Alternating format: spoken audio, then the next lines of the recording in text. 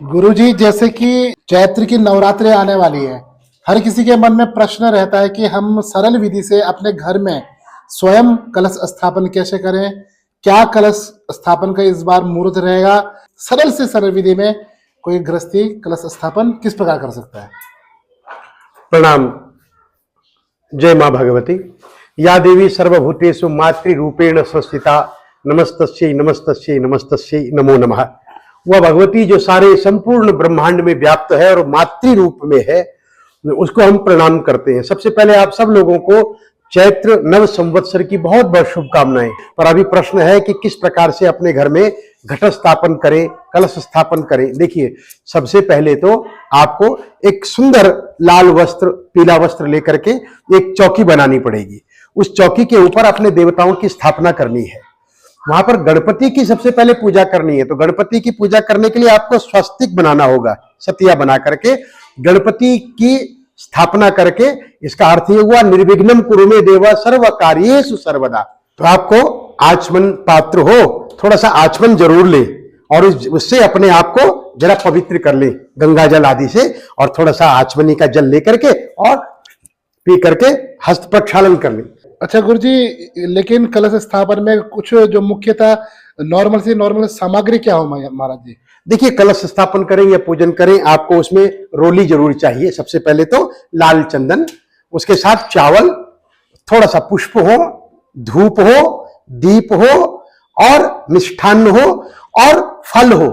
जब आप देवी की पूजा कर रहे हैं तो देवी की पूजा में सबसे पहले आपको अनार की आवश्यकता पड़ती है, और वो अनार क्योंकि ये फल भी है और फूल भी है, दोनों एक साथ है, तो ये भगवती की पूजा की सामग्री है। पुष्प आदि लेकर के, और उसमें आवश्यकता पड़ेगी आपको एक कलश की आवश्यकता। इस कलश पर आपको क्या करना है, थोड़ा सा सिंदूर, जल भर करके थोड़ा सिंदूर डालें, थोड़ा अक्षत डालें, थोड़ा पुष्प डालें, और उसमें ₹1.25, ₹5.25, ₹11 उसके अंदर, जल के अंदर डालें। उसके बाद सुंदर आम्र पल्लव ले, आम का पल्लव ले, जो पल्लव 5, 7, 9 इस प्रकार की संख्या में हो, उसको कलश में रखें।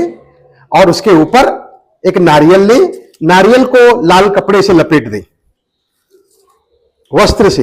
ये श्रीफल है, इसको नारियल न जाने हमने कब से कहना शुरू कर दिया, परंतु यही श्रीफल है। और इस श्रीफल को वस्त्र से आच्छादन करके इसको आप अपनी तरफ ऐसे भी रख सकते हैं, आप इसको इस प्रकार से भी रख सकते हैं। ऊपर को रखने का अर्थ हुआ आपका आध्यात्म ऊंचा हो। इस प्रकार से रखने का अर्थ यह हुआ कि देवता आपको सुने।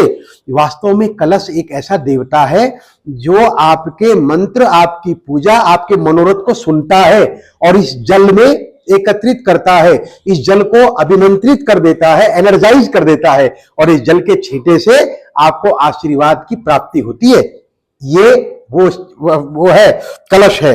एक लाल धागा लेकर के, मौली का धागा लेकर के, इसको हम लोग रक्षाबंधन भी कहते हैं, इसको हम लोग कलावा भी कहते हैं, इसको हम लोग मौली भी कहते हैं। और इसको आप कलश के मुख पर इस प्रकार से बांध दें, कंठ पर इस प्रकार से बांध करके सुंदर कलश सुसज्जित करें। फिर इस प्रकार से कलश को लेकर के और उस पर सुंदर स्वस्तिक का चिन्ह बनाएं। स्वस्तिक का चिन्ह आपके स्वस्थ रहने को दर्शाता है, और आप देखेंगे तो ये धनात्मक है, ये धनात्मक चिन्ह है, अर्थात आपके पास सब कुछ धनात्मक आए, ऋणात्मक नहीं आए। और उसको फिर आप अर्घ बना देते हैं उस पर, स्वस्तिक ऊपर की तरफ धर्म, मतलब महाराज जी कि मतलब सब प्रॉफिट में जाए, लॉस में ना जाए, कोई भी लॉस में ना जाए। ये धनात्मक चिन्ह है, अर्थात आपके पास सब कुछ धन होकर के आए, मल्टीपल होकर के आए, इसलिए धनात्मक चिन्ह है। इसी का नाम तो श्री गणेश है।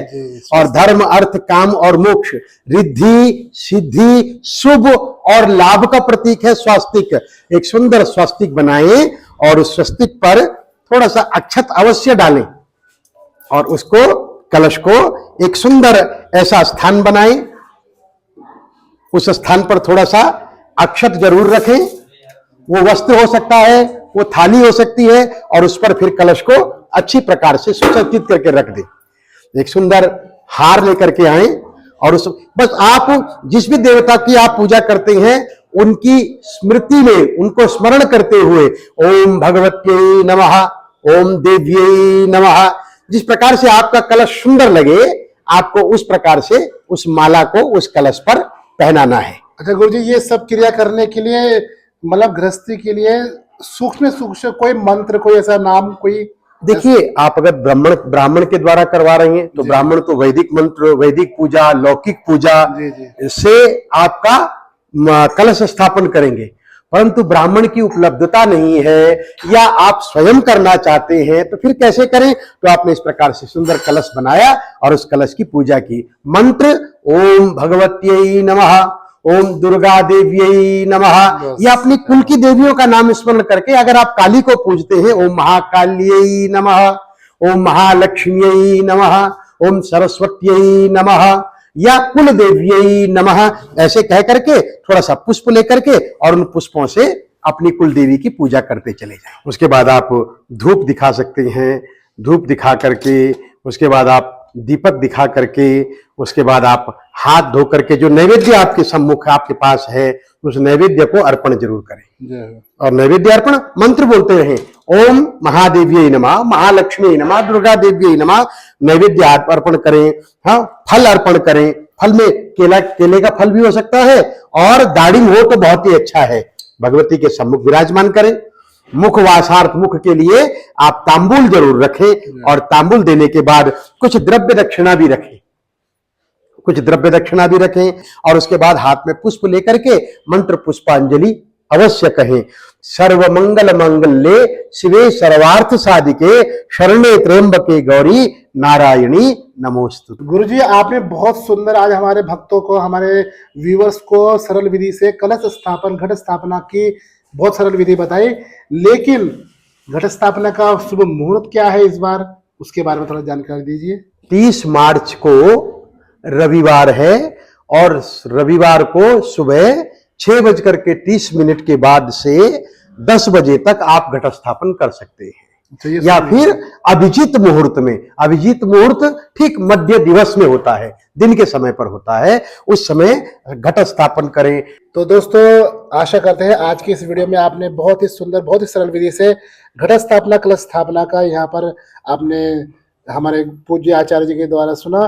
तो वीडियो जाएगा सबके साथ शेयर कीजिएगा, तभी सभी लोग कोई संशय में ना रहें और आराम से सरल विधि से अपने घर में घट स्थापना करके माँ भगवती को प्रसन्न करें। जय माता दी, जय सिया राम।